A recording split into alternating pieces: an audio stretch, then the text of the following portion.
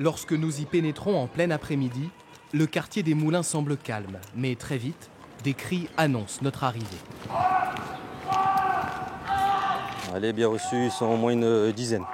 Ils préviennent leurs complices en fait, qui vont soit cacher la drogue, soit se déplacer pour éviter justement que nous on tombe dessus. Nous sommes accompagnés par une quinzaine d'agents de la brigade de sécurité privée Gaïda, déployés depuis mai 2024 dans le quartier.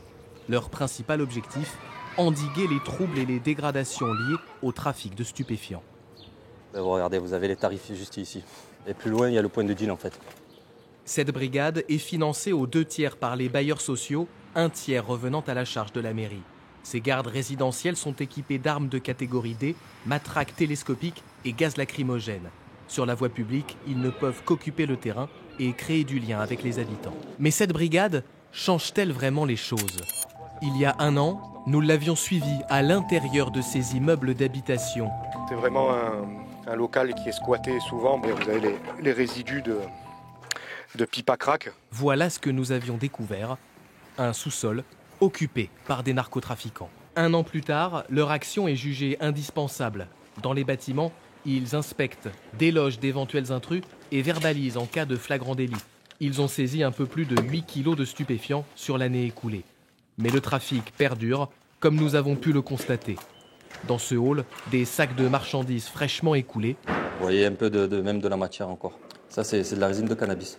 Au bout de ce couloir, un recoin insalubre servant de salle de shoot. Certains riverains se montrent résignés. Pour nous, les habitants, c'est toujours pareil.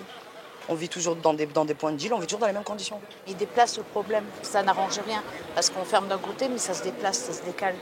Voilà pourquoi un vaste plan d'urbanisme a été pensé par la municipalité pour redessiner la carte des moulins. Les voies en jaune sont des voies que nous avons créées et qui permettent de désenclaver considérablement. Plus il y a de passages, plus il y a de vie, plus évidemment les trafics sont compliqués. Symbole de ce réaménagement urbain, la destruction en octobre dernier des bâtiments qui abritaient le principal point de deal du quartier. D'autres destructions suivront pour laisser place à des immeubles plus modernes. La fin des travaux est prévue pour 2030. 300 millions d'euros auront alors été investis pour réhabiliter le quartier des Moulins.